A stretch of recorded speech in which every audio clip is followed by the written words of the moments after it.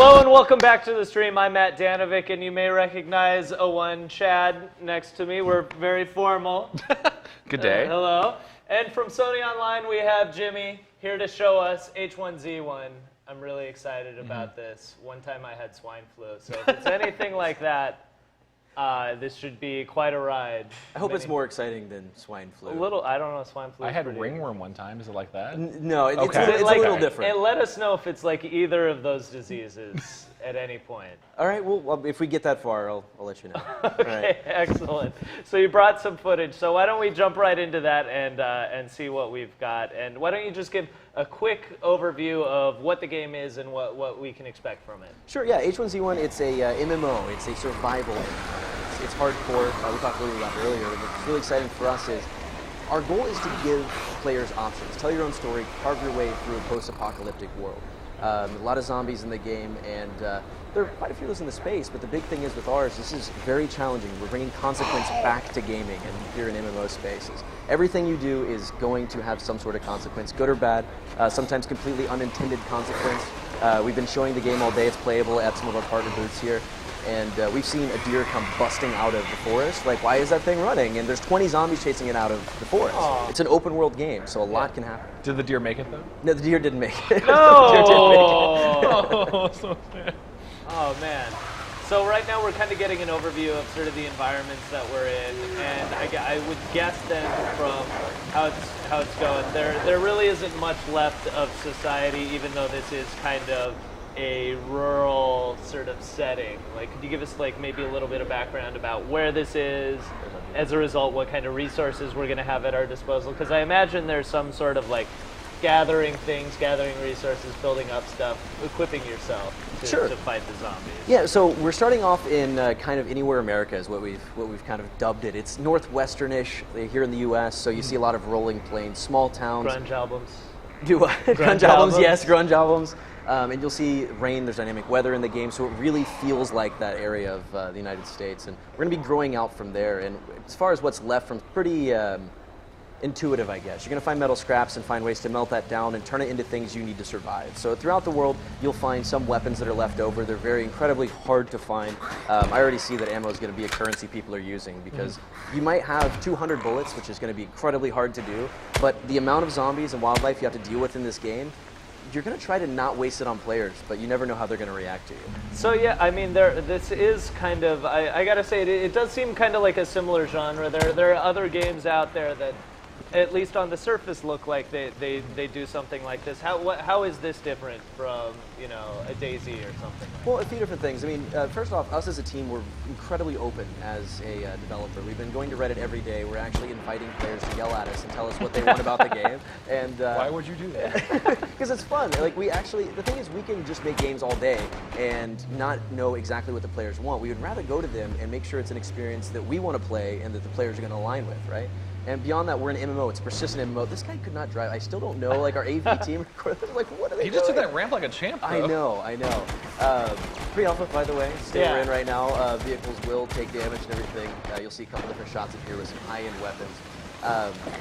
But yeah, so we're also very, very large. We're starting off with 64 square kilometers open world. You go where you want. There's no invisible skybox where you go up the top of the mountain. It's like, nope, can't continue any further. Some red flashing lighting. You go where you want, and we'll grow from this northwestern type region out to different ecosystems. So you start seeing cityscapes, you start seeing deserts and all these different types of areas. And with these new areas come new wildlife, and it'll come with new crafting materials and a lot of really exciting things. Do you mean for that to be like one kind of overworld, or is that kind of like you're going into different zones? Like... No, you're going to be seamlessly going from one to the other. So you'll just keep going and keep going.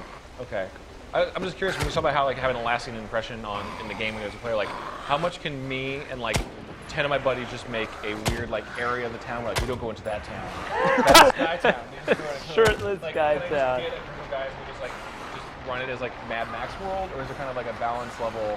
You could do something like that if you wanted to, and enforce your own law in the town, whatever you want to do. I mean, we're not about gating players. We want to give them the options to do whatever. If you're a psycho axe murderer, great. If you want to be the white knight that saves people from the shirtless guys or whatever it is, you can do that. They have no armor, so they're very easy to take down. Yeah, fair. That's fair.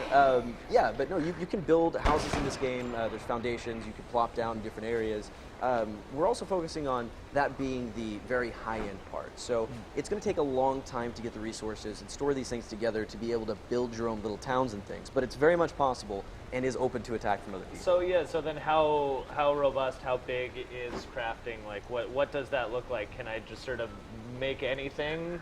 Like could I make a giant silo and sit on top of it and snipe people in No Shirt Town, because I probably would want to do that? Are you the neighbor They're across the street? dressed, they're walking around without their shirts. They need to get out of the Pacific You guys are no Northwest. pants down, It's a no Dr. shirt Seuss down. book, the shirts and the no shirts, Right. and the Great Shirt War. The Great Shirt War. Yeah. I like it. No, yeah, you can do stuff like that. It's not going to be completely freeform. We want to make sure that there is a little bit of consistency through what happens in the world. So you'll plop down foundations, you can link them together and put freeform walls around the edges. We have some pre-canned like rooms and sheds you can build as well that take more resources. So you can really just go wild with it. If you go to San Jose area, you could do the Winchester Mystery House and keep on building it with staircases to nowhere. Just a thought. Just could do it up.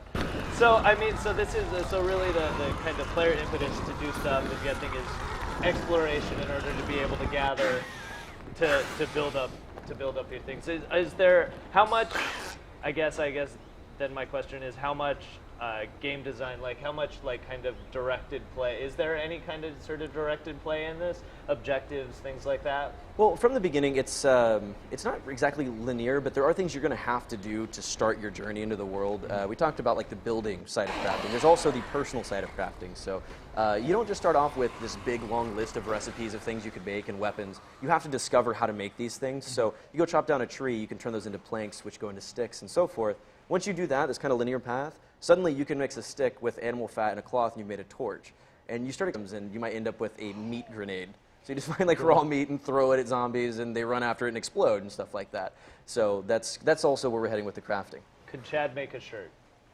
Chad make a shirt? I don't know. We haven't talked about making shirts. We should add shirt. We haven't talked about crafting. making shirts. Yeah, as Please, far as, for like, the love of God. And also like customization. Is there stuff you can do like other than like I found this one shirt and everyone has the same blue denim shirt, or are there like kind of variations on like finding, like, can you change your outfits? Or more like whatever you can grab and you're just wearing? No, you can find things within the world. There's various types of shirts, different colored backpacks, different types of backpacks of different sizes. You've got hats, pants, and all kinds of stuff out there. And it's going to directly impact your play style. I mean, if you're wet and it's cold outside, you need to keep that dry. You might need to change your clothes. Things can get ripped. Oh, rad. You can tear them apart by yourself and turn that into cloth, which you can craft with. Okay. So, No, yeah. you were just proposing an opening charter for the shirtless Tad. So when are we gonna be able to get our hands on the game then? So we're working every day towards early access. We want to make sure that we have just a vertical slice of the game and something where we have a little bit of every system that will be there on launch day for early access. So people will be able to, for $19.99, get in early access and deal directly with us developers and really tell us what they want out of it and work with us day to day. And so we'll have like the initial vehicle stuff in. We'll have melee combat at its base level, and the crafting stuff's already very deep. And once we flesh out this list of these are the things that players will expect from us, we're straight to early access and on from there. Awesome. Jimmy, thank you so much for bringing H1Z1 to us. Check it out, guys. I mean, $20 and you get to form your own shirtless town with or Chad. non-shirtless. Or non-shirtless town with me, the sensible people out there. So stay tuned. I believe we have Payday 2 coming right up very, very quickly. Thanks for tuning in. Thank you, sir. Thank you, guys. Thank you so much. Thank you.